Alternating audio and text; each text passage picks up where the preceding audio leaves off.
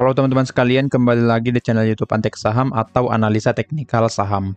Pada video kali ini saya akan membagikan analisa 5 saham, akan saya update kembali ya, untuk kelima saham ini yaitu saham BRIS, AMMN, Brand BRPT dan PTRO, untuk minggu depan tanggal 3 sampai tanggal 7 Maret 2025. Sebelum ke analisanya, saya ingin menginfokan, kalau Antek Saham memiliki channel Telegram gratis ya, bagi kalian yang belum join, boleh langsung join saja, supaya nanti kalian bisa mendapatkan saham-saham yang menarik di sana seperti menu sore, di saham big akumulasi dan juga saham scalping setiap harinya. Nah, di sini juga saya selalu memberikan ya info-info yang menarik seperti ada saham gratis dari Valburi, kemudian analisa dari IHSG, kemudian beberapa insight dan analisa IHSG lagi. Jadi nanti kalian di sana akan mendapatkan banyak benefit secara gratis. Nah, di sini juga Antek Saham memberikan pilihan gabung menjadi membership premium. Untuk gabung ke premium ini ada dua cara. Kalian bisa join secara gratis maupun secara berbayar. Jika kalian ingin join, boleh langsung saja hubungi admin melalui link yang ada di deskripsi atau hubungi saya melalui Telegram. Nah, di sini kalian akan mendapatkan 6 benefit ya jika join ke premium dan tentunya masih ada benefit yang lainnya. Yang paling utama adalah kalian akan mendapatkan saham-saham menarik atau saham-saham rekomendasi lengkap dengan trading plan-nya di sana, dan trading plan ini akan dipandu setiap harinya. Jadi kalian akan dipandu di sana. Jadi untuk Antek Saham Premium ini sangat cocok untuk pemula yang belum tahu untuk beli saham apa dan ingin melakukan transaksi apa di pasar saham. Jadi jika kalian seorang pemula, boleh langsung join saja ke Premium, boleh join secara gratis maupun berbayar. Info selengkapnya hubungi saja adminnya. Nah, di sini juga Antek Saham memberikan pilihan menjadi pelanggan Antek Saham di YouTube. Dengan kalian berlangganan di YouTube, kalian akan mendapatkan banyak benefit seperti mendapatkan saham-saham menarik setiap minggunya berupa video, seperti video ini khusus pelanggan. Kemudian mendapatkan saham-saham menarik setiap harinya, kemudian mendapatkan juga konten eksklusif dari Antek Saham. Kalian bisa akses konten tersebut dan menjadi prioritas untuk berdiskusi di kolom komentar YouTube. Biayanya hanya 30.000 saja per bulan atau 1.000 per hari. Jadi kalian boleh join menjadi pelanggan di YouTube jika kalian rasa menjadi member di Telegram atau member premium di Telegram terlalu mahal. Oke? Boleh langsung klik tombol gabung di YouTube Antek Saham jika ingin join menjadi pelanggan Antek Saham di YouTube. Untuk tanya-tanya atau info selengkapnya hubungi saja admin melalui WA 0858 1084 8955 atau langsung melalui link yang ada di deskripsi. Sekarang kita langsung ke analisanya, kita mulai dari saham BRIS terlebih dahulu. Untuk BRIS boleh kita lihat ya di sini, trading plan kita di minggu yang lalu hit stop loss, tapi sebelumnya sudah hit target dulu ya. Hit target dulu baru hit stop loss di sini, jadi memang seharusnya trading plan kita sudah down di sini. Dan boleh kita lihat pergerakan BRIS di 1 minggu terakhir ini cukup mengerikan juga ya jika kita bilang, karena di sini break support di 2840 dan hit stop loss trading plan kita dan juga sudah mencapai area demand 2420 sampai 2540. Seharusnya area ini menjadi area diskon ya untuk BRIS karena memang area demand ini area demand yang kuat. Boleh kita lihat secara historisnya di sini ya, selalu membuat sideways setelah mencapai area demand ini dan selalu di reject. Jadi ada potensi BRIS akan reject di minggu depan dan akan mulai bergerak naik kembali. Dan juga penurunan dari BRIS ini karena memang IHSG sedang merah ya. Dan top market cap juga bergerak turun cukup deras seperti BBRI. Penurunannya cukup deras ya di minggu yang lalu atau di hari Jumat kemarin. Jadi wajar saja BRIS ngikut di sini dan bergerak turun. Oke. Tapi seperti yang saya katakan pada member premium dan juga di pelanggan YouTube, minggu depan view saya akan rebound karena memang banyak agenda di situ seperti ROPS dan juga pembagian dividen untuk big banks. Jadi ini menjadi sesuatu hal yang positif dan market akan rebound nantinya. Nah, di sini view saya pada BRIS jika bisa bertahan di atas area demand, maka view saya pada BRIS akan rebound ya di minggu depan. Dan juga boleh kita lihat di sini pergerakannya sudah menandakan rejection ya. Kita ubah ke time frame 1 jam. Nah, di sini sudah mulai ada rejection, mulai ada candle bullish, jadi harusnya BRIS akan mulai bergerak naik di minggu depan. Bisa ke resisten 2640. Ini terdekat dulu ya. Atau kita buatkan terdekat ke sini yang paling aman yaitu resisten 2600. Jadi view saya pada BRIS akan turun sedikit, turun lagi ke area demand lalu bergerak naik ke resisten. Tapi jika nanti demand-nya di breakdown, maka BRIS akan turun kembali ke demand selanjutnya di 2230 sampai 2310. Di sini ya. Jadi pantau satu demand pada saham BRIS Jika kalian nyangkut di atas ya seharusnya kembali lagi ya ke plan awal. Apakah kalian scalping seperti trading plan yang saya bagikan atau kalian investasi pada saham Breeze ini. Tapi view saya secara jangka pendek dia akan turun dulu sebelum nanti lanjut bergerak naik.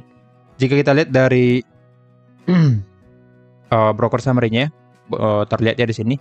Buangan yang paling besar ada di hari Kamis tanggal 27. Di hari Jumat mulai ada akum kembali ya di sini.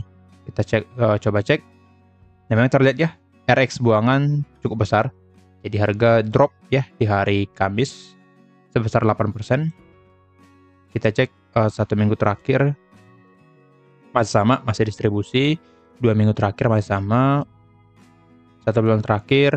Oke, jika kita lihat ya 1 bulan terakhir memang masih akumulasi ya pada Breeze ini, dan yang akum itu AK dengan average di 2.900. Jadi harusnya Breeze masih akan sangat berpotensi untuk bergerak naik. Jadi boleh pantau satu area demand pada saham Breeze di angka 2420 sampai 2540. Jika di breakdown maka akan melanjutkan penurunan.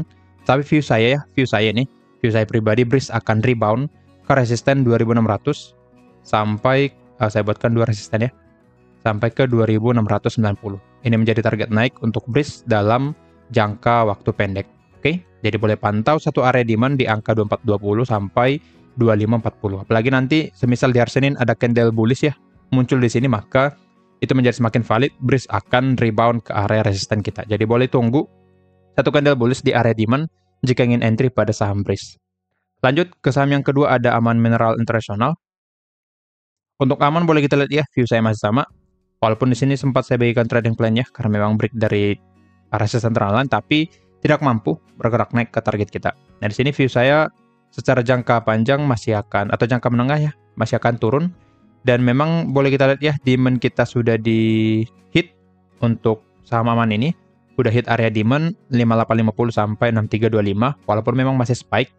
Tapi sudah hit di sini yang menandakan memang area demand ini cukup kuat pada saham Aman. Jadi view saya pada Aman masih akan turun dulu.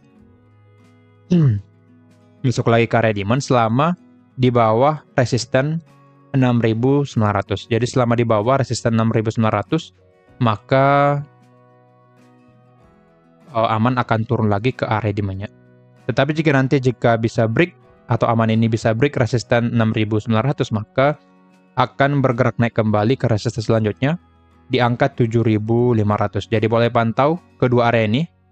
Resisten 6.900 dan juga area demand 5850 sampai 6325. View saya masih akan sama ya, masih akan turun dulu. Jadi turun dulu ke area demand, turun lagi, lalu akan rebound. Oke, jadi boleh pantau area demand.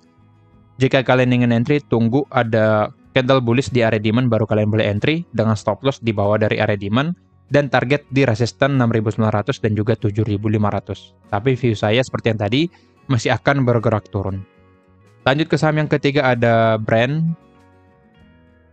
Oke, untuk Brand boleh kita lihat di sini.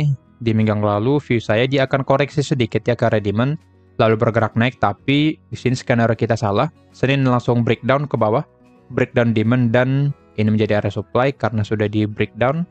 Dan boleh kita lihat pergerakan dari Brand masih sideways di bawah dari area supply-nya. Dan boleh kita lihat target turunnya sudah hampir tercapai di 6.000. Jadi view saya pada Brand masih akan turun ke area support, 2 support ya di sini, 6.000 dan juga 5.600. Lalu setelah mencapai support ini akan rebound kembali ke area supply 6.500 sampai 6.800. Jadi yang ingin entry pada Brand, tunggu dia turun ke area support, lalu entry di sana dan taking profit di area supply, stop loss di bawah dari supportnya. Nah boleh kita lihat ya di sini, walaupun IHSG turun cukup dalam di 1 minggu terakhir, tapi pergerakan turun dari Brand cukup tertahan ya. Boleh kita lihat di mulai dari Selasa, pergerakannya hanya sideways saja di sini. Selasa dia hanya sideways, jadi sepertinya buangan pada Brand ini tidak terlalu besar. Coba kita cek broker summary dari Brand. Oke, ternyata 1 bulan terakhir ya, ada buangan yang sangat signifikan, bahkan ya dari tanggal 18 sudah konsisten merah dari bandar maupun net foreign vessel-nya, dan dari tanggal 7 Februari juga sudah mulai merah ya. Sini kita lihat buangan dari AK cukup besar, bahkan sangat besar ya di sini. Rata-rata yang beli dari retail. Jadi seharusnya Brand masih akan bergerak turun sampai nanti ada sentimen positif dari Brand ini. Tanggal 28 oke, masih sama buangan dari AK yang beli dari BK Sebelumnya sempat ada sentimen positif ya, yaitu Pak PP borong lagi Brent, tapi dengan volume yang terlalu besar. Tapi di sini tidak mampu menahan pergerakan naiknya sehingga view dari Brent masih akan bergerak turun minimal ke support 6.000 sampai 5.600. Jadi view saya pada Brent masih akan turun ke kedua support ini. Lalu jika nanti ada rejection di area support, maka dia akan bergerak naik kembali ke area supply yang di sini. Tapi jika nanti bagaimana jika support kita di breakdown ya, support 5.600, jika di breakdown maka Brent akan turun ke support selanjutnya di area 5.000 saja ya. Kita buatkan angka psikologis di 5.000. Jadi akan turun ke area 5.000 pas ya di sini. Jika breakdown support 5.600, maka Brent akan melanjutkan penurunan sampai ke 5.000.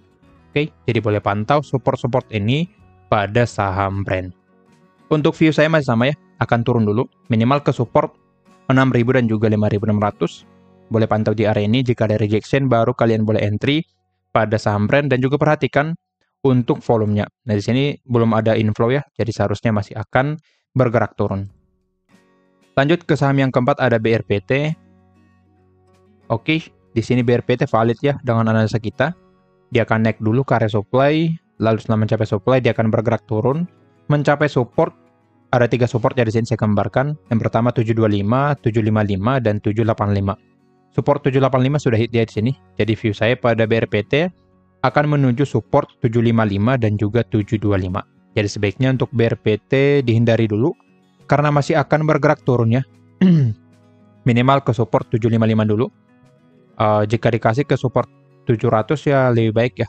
Karena area support ini support kuat pada BRPT yang menjadi area beli ideal untuk BRPT. Jadi yang ingin beli BRPT menurut saya lebih baik cicil di area 700 ya. 700 sampai 750.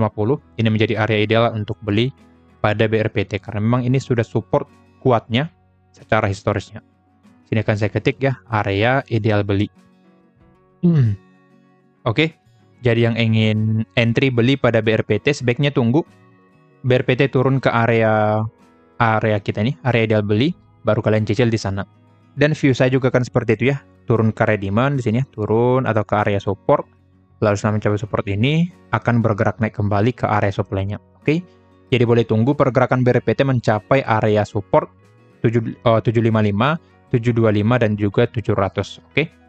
Lanjut ke saham yang kita cek dulu ya untuk volumenya apakah masih buangan. Seharusnya masih ya, masih distribusi pada BRPT. Boleh kita lihat ya di sini. Oke, mulai ada hijau-hijaunya di sini. Di tanggal 28 masih distribusi dari AK. 1 minggu terakhir tergolong netral. 2 minggu terakhir ada akumulasi. 3 minggu terakhir masih distribusi dari CC. 1 bulan terakhir, oke, ternyata masih distribusi dari CC ya. Jadi seharusnya untuk BRPT masih akan turun dulu ke area support kita yang tadi. Jadi boleh pantau area supportnya jika ingin entry pada BRPT. Lanjut ke saham yang kelima atau yang terakhir ada PTRO. Oke, PTRO boleh kita lihat ya di sini. Memang area demand kita ya 3.300 sampai 3.400 cukup kuat ya. Sehingga pergerakan BRPT sempat tertahan di sini dan bergerak sideways, tapi akhirnya di breakdown lagi untuk demand-nya. Jadi view saya pada PTRO ya.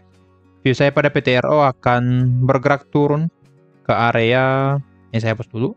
Akan bergerak turun ya ke area demand kuatnya di sini 2.800 sampai saya tarik sampai ke sini ya. 2980. Jadi view saya pada PTRO akan turun ke area demand-nya 2830 sampai 2980. Setelah mencapai area demand ini, maka PTRO akan bergerak naik kembali ke area supply-nya 3.600 sampai 3.800 atau minimal ke sini ya. Ke sini dulu di area 3.400.